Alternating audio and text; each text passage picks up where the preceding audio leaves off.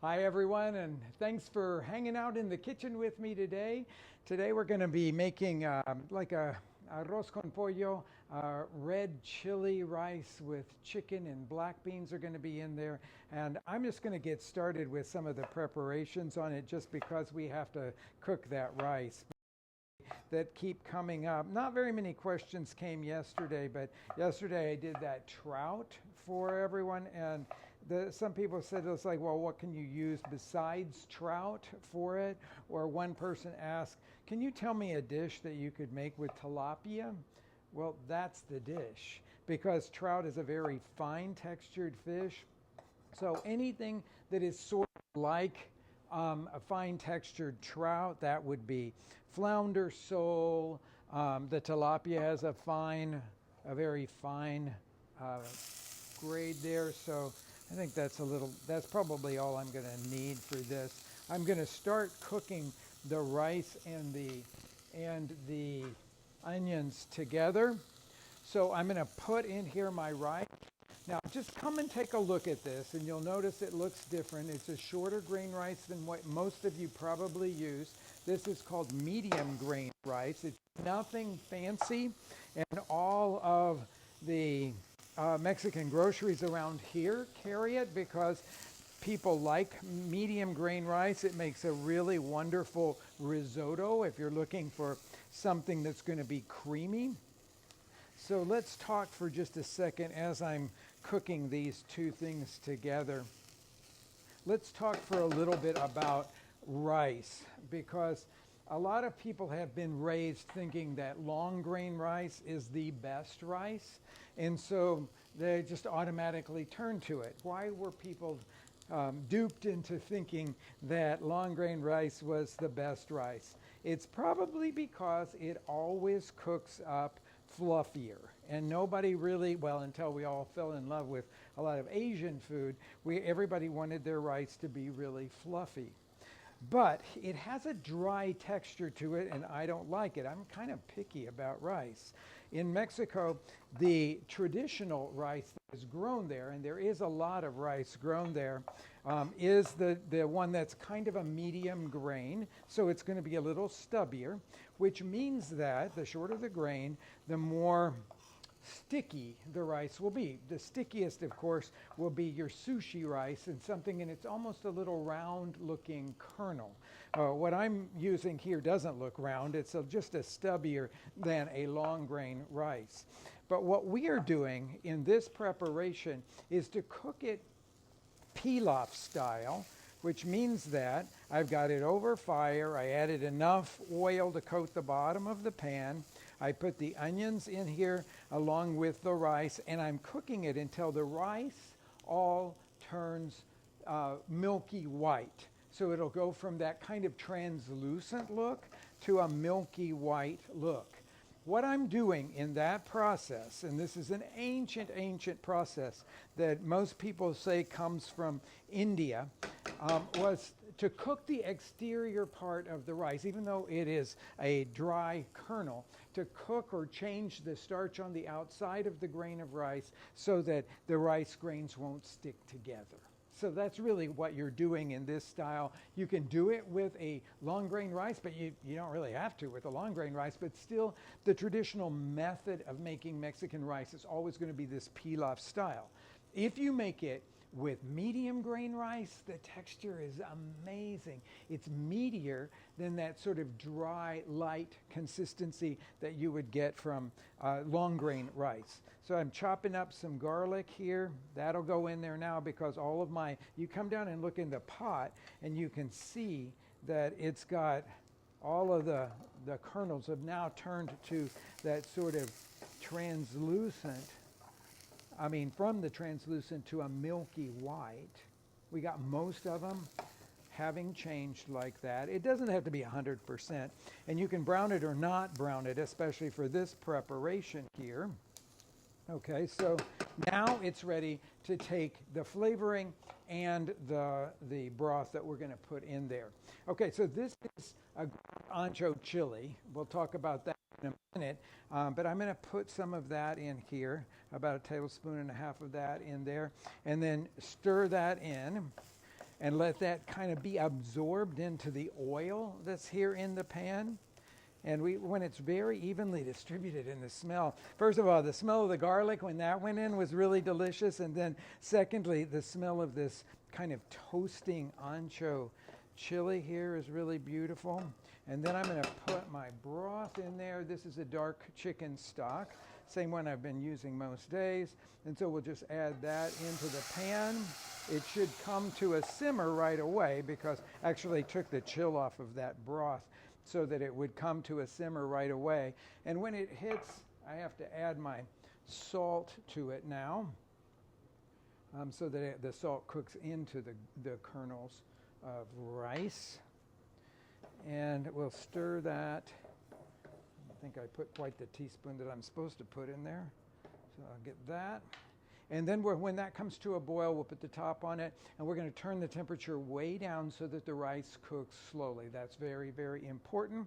If you have a rice cooker, you can use it for this, but the only reason you would use a rice cooker is because you want to keep it warm so that you don't know when everybody's going to gather around the table, but you want to keep it warm for a little while because you would still have to saute the onion, rice, garlic, and chili, and then move all of that over to your rice cooker and put your stock in there and let that cook. So now we're coming up here to this beautiful simmer, and now I just want to make sure that I look in here and make sure that there's no rice kernels stuck anywhere on the sides there because those wouldn't cook. And since it's now come to the full boil, I'm going to turn it down to a very gentle boil and then put the top here on top of that. Okay, now let's go to the chicken that's going to go in this because I'm going to cook that separately. So I'll take this knife here and I'm just going to open this up. We talked about the tenderloins, and I've been using some of those tenderloins the other day. This is the tenderloin part. It's just this flap right here. So you can pull that off so that you have a nice chicken breast, and oftentimes the chicken breasts you buy in the store are so big these days that you really don't need that. You can separate those off and use them for another preparation. But I'm just kind of cutting to make it sort of flat all the way across. And then I'm going to take some of this chili powder here and go over the top of it on one side, chili powder on the other side. Now I'm going to just rinse my hands off here, and I'm going to sprinkle it with some salt as well. This just to get some flavor going in this guy.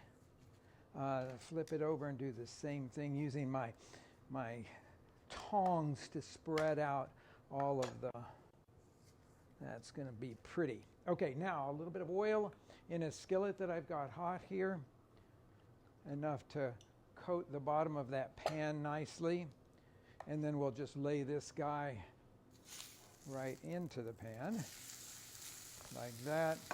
I'm going to tilt all of this around to make sure that we've got oil nicely distributed up underneath here. And then I'm going to turn this, I think I got it on about the right temperature. This is cooking away over here. Tiny little bits of steam coming out of the side. That's really all we want to see. Get rid of this guy. And now let's talk about what everybody seems to be obsessed with.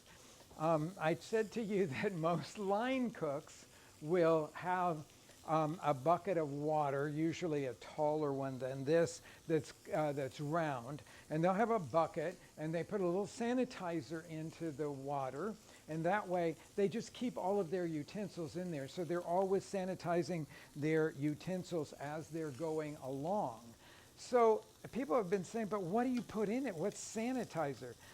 If you work in a commercial kitchen, you always have sanitizer because every station has a detergent bucket and a sanitizer bucket because you're constantly cleaning off your space. You do it first with the detergent, and then you rinse out your rag, and then you go back over it, and then you take another rag and you go over it with sanitizer. So this is sanitizer. This is a chemical sanitizer. It's what's called a quat sanitizer. And you just add that to your mixture and it will bring up the level so that it can sanitize all the stuff. What would you do if you want to do this at home? I don't know if you really want to do it at home. I do it here because it keeps me from going over to the sink every couple of minutes. But if you didn't want to do, if you wanted to do that at your house, then what you would need to do is I guess you could maybe even use something like hand sanitizer in there. Certainly you could put something like a chlorine one or an iodine one. When we're in Mexico, we always wash all of our vegetables with an iodine-based sanitizer, and that works really well for us. They sell it in little bottles in the grocery store called Microdin. You could use that. You could use just a splash of bleach if you wanted, though I don't know if you really want to get that bleach kind of taste into all of your food. But anyway, that's what I'm doing here, just so that you have a sense of that. Okay, flip that guy over. It's looking a little bit like what in New Orleans they would call blackened chicken, because I put that dark chili powder on there. So let's talk for a second about that dark chili powder.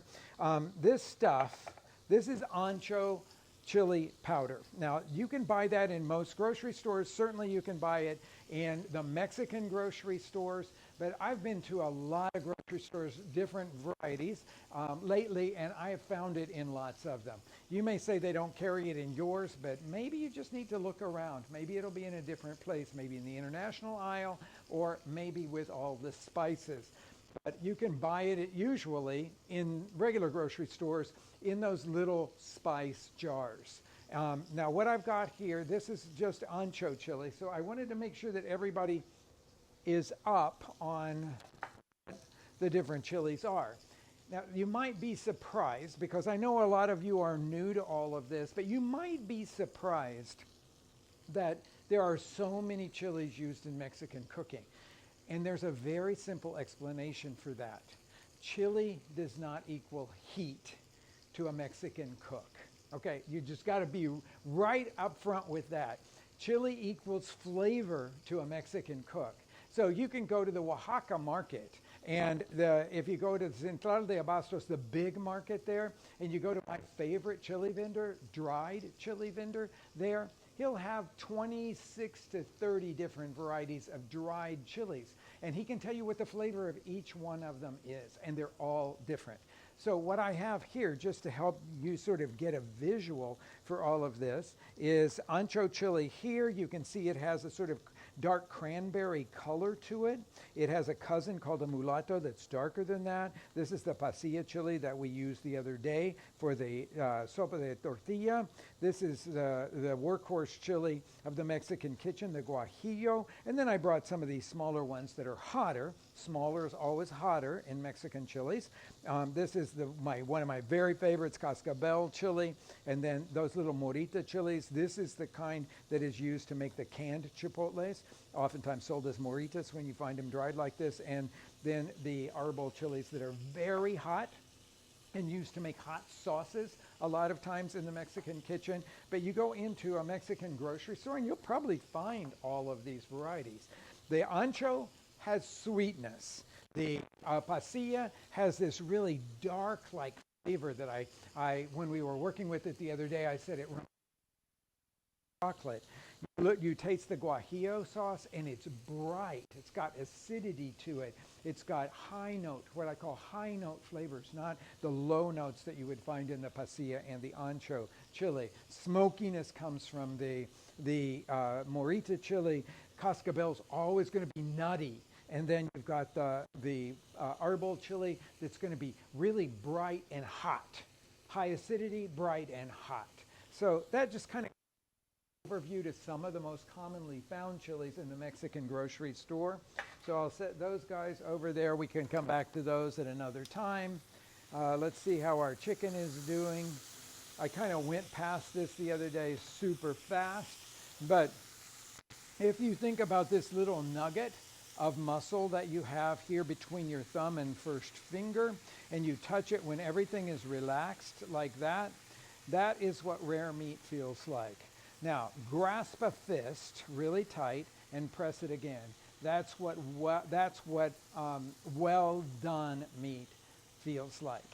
So half a fist will give you about medium, okay? So you have to just think about that. So I would touch this, and I want it to be kind of medium right now.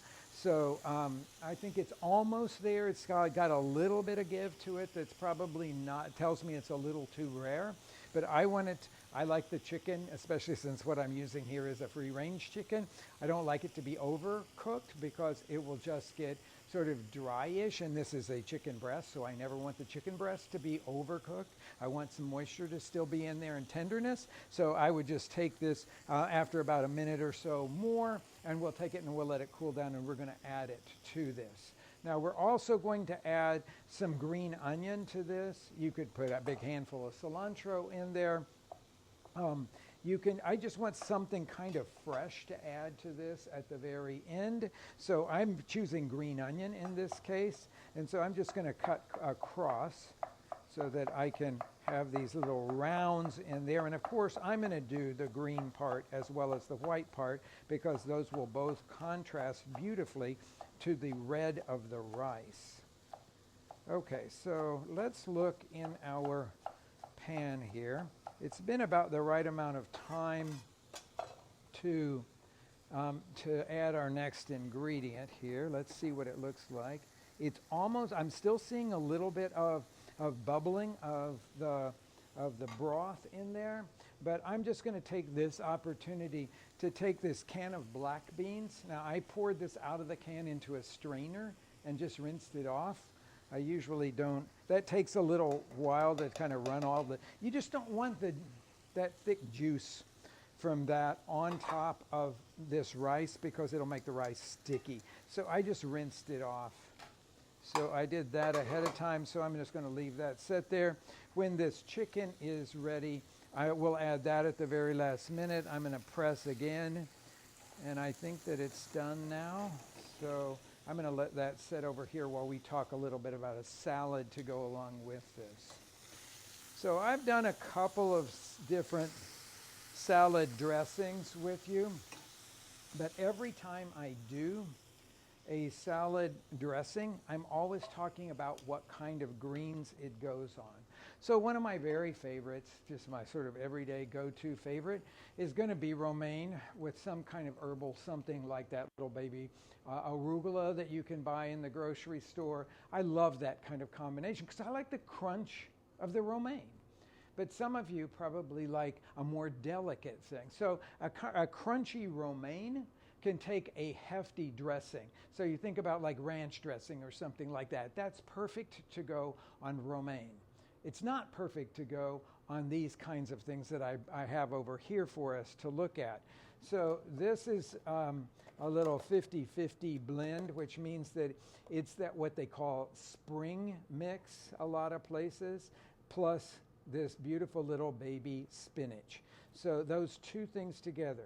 Now, if it's just spring mix, no spinach in there, that's going to be your lightest and most delicate of all of these. We've got these wonderful hothouse growers here in Chicago area that do, it's called Gotham Greens, and they do this Windy City Crunch mix, which is a type of Batavia lettuce plus some leaf lettuces. It's an all green mix, and this is going to be a little sturdier.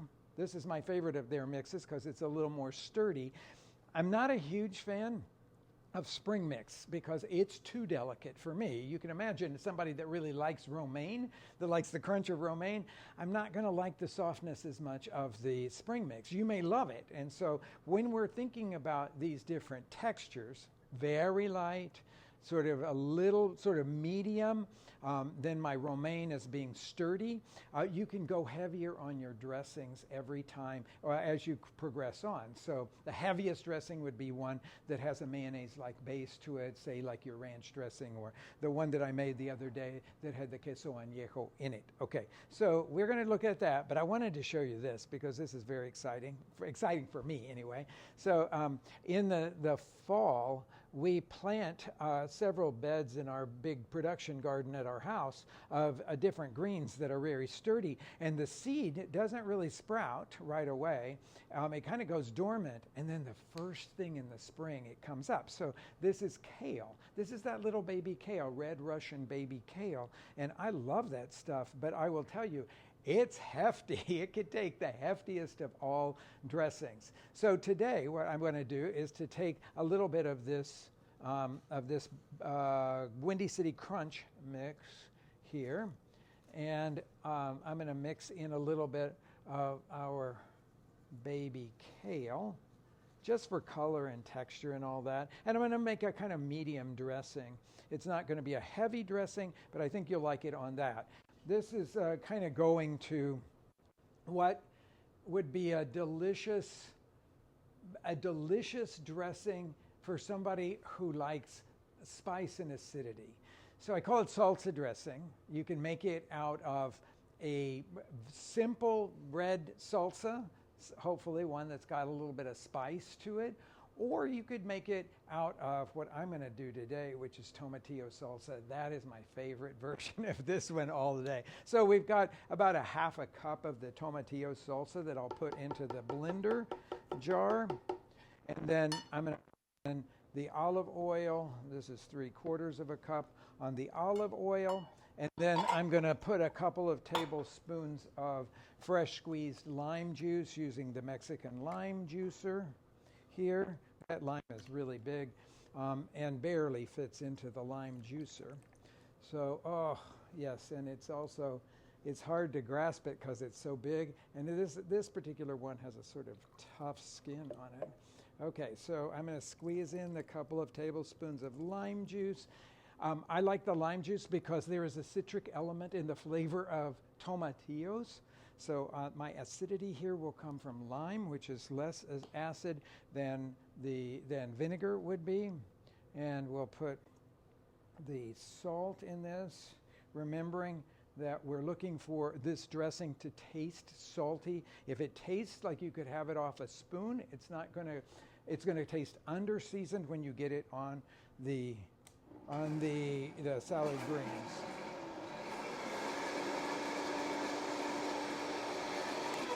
Because the salsa is already kind of pureed, we don't have to do very much with the blender with that. Let's see, I'm going to give it a taste here. And it tastes just a little bit salty. So I'm going to do the technique of pouring the dressing around the outside of the bowl and then turning everything in that. So what you essentially are doing is coating all of the greens in the dressing in a sort of a general pattern. You're constantly turning it like that. That looks really nice. Now, as I've said before, I'm a fan of putting the salt in the dressing, not on the salad. If you like vinegar and oil at the table, then you have to salt the salad itself because you're just going to be putting vinegar and oil. But I like dressings and I like them to be seasoned. So we'll put this thing right out there and we'll go and look at now at our, let's see if I can get those beautiful little pieces of that red Russian kale on the top. So I'll set that out there, and then let's look at what we have in here. Wow, those beans smell good in there. They have some sort of seasoning in them. They almost taste or smells to me like they had some cumin cooked with it, but I will say that's something that we all need to talk about. I know in the U.S. when you're talking about Mexican food, you're usually thinking cumin. In Mexico, they don't really work with cumin very much at all. That flavor of chili powder, which is super heavy in cumin, which I grew up on and I love, is not really part of the Mexican repertoire in Mexico. A lot of my Mexican friends will come up to the States and they'll taste that Tex-Mex kind of food with all that cumin, and they have no idea what that kind of a dish or flavoring of a dish would be, because it's just not part of what they do.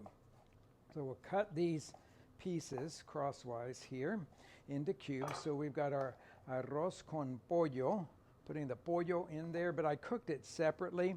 You could cook it directly in here, but it doesn't get that nice browned flavor. And you all know that I'm really into the browned flavor. So we'll put most of those in. I'll leave some out for the top here. And then let's look at what we've got. Oh, it looks like it came out really nice. Now, when I said I was really picky about rice, I'll tell you what I mean. I do not like rice that has cooked so much that it's splayed out on the ends. That to me is overcooked rice, and it's rice that's not very pleasant to eat. I'm going to give this a taste here and see where we are cook-wise. It's just done. It's this could go another 2 or 3 minutes if you would like. It's tasting a little bit what I would call a little tiny touch al dente, the way that you sometimes find paella cooked in Spain.